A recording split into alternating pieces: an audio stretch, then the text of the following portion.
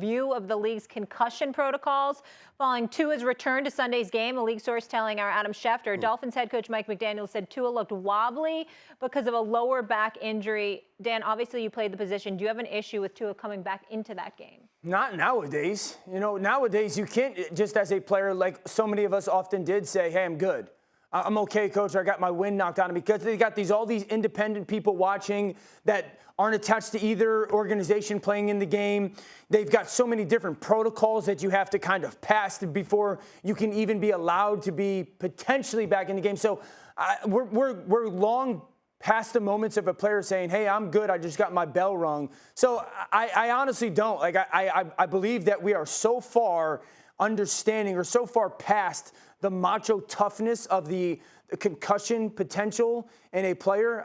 I believe when Tua says it was a back, and I trust that all the different pieces that are in place to make sure that players don't get in the way of themselves handle the situation properly. I have no reason not to.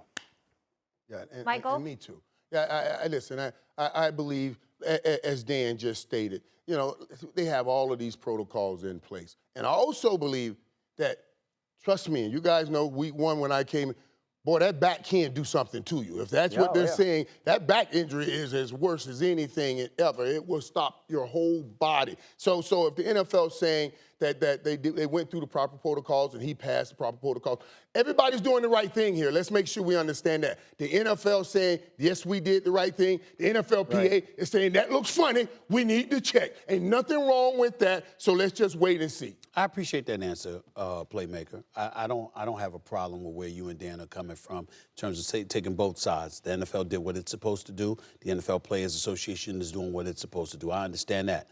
But let me be very clear. I don't believe for a damn second that wasn't a concussion.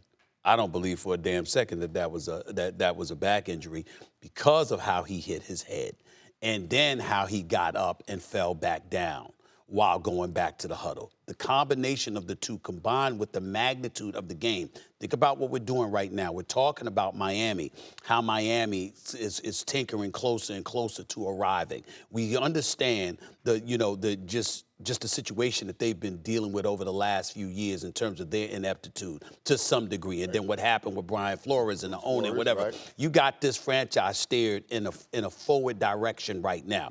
This is one of the most, if not the most exciting team to watch because of Tyreek Hill and Jalen Waddle and all that stuff. And the importance of the game because of what the expectations are for the Buffalo Bills.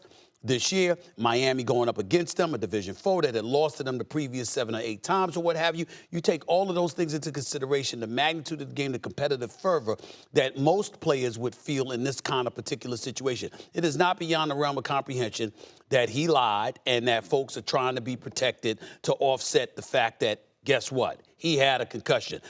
I'm not a doctor. I don't know that to be true. I get where everybody's coming from, but I'm just telling you from my eyes. Okay. It didn't strike me that it was a back. And I saw you when you had your back.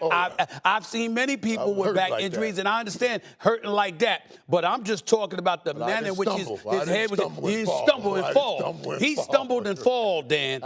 He stumbled and fell. And for me, that just reeks of concussion to me. That's how I feel about it. Thanks for watching ESPN on YouTube. For live streaming sports and premium content, subscribe to ESPN+.